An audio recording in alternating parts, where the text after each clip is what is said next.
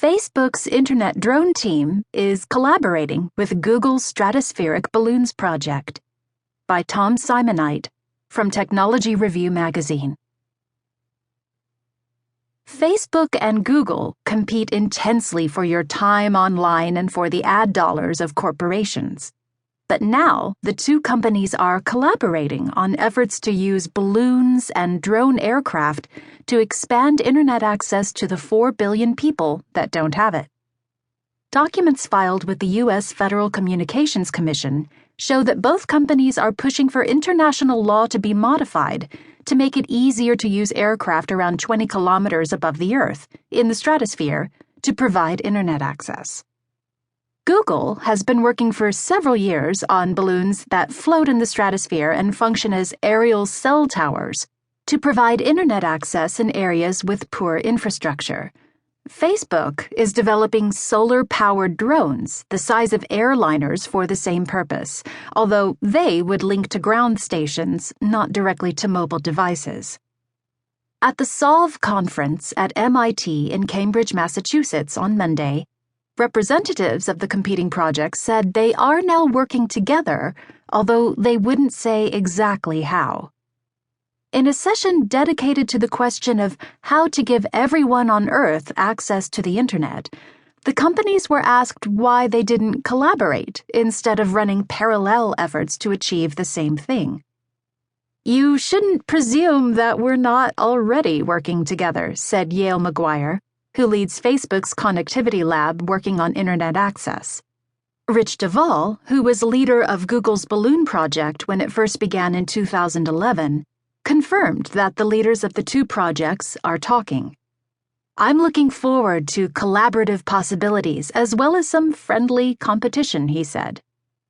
Maguire later declined to tell MIT Technology Review what exactly the two companies are combining forces on. "We're collaborating on certain things," he said.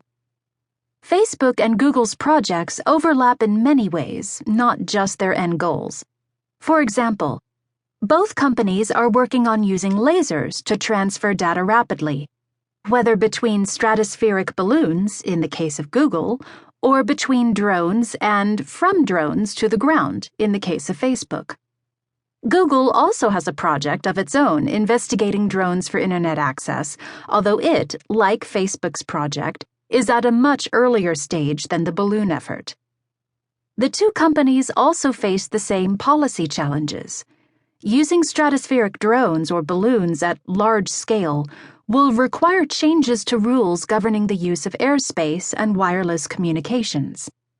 On June 11th, Facebook and Google both filed letters with the FCC, urging it to back an international telecommunication union motion concerned with making specific radio spectrum available to encourage deployment of high-altitude platform stations, i.e. balloons and drones, for Internet access.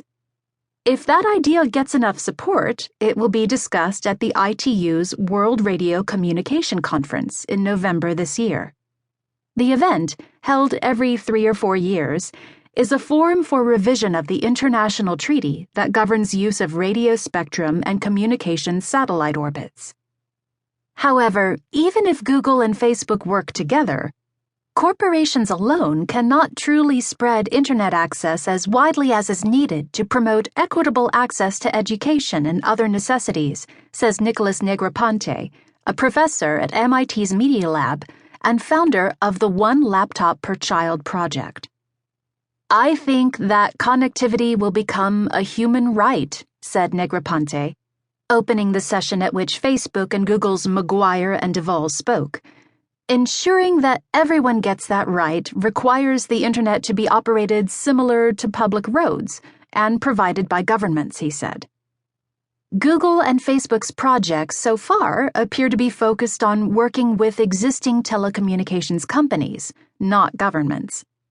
Google plans to lease access to its balloons to existing wireless carriers, and is already running trials with several in the Southern Hemisphere.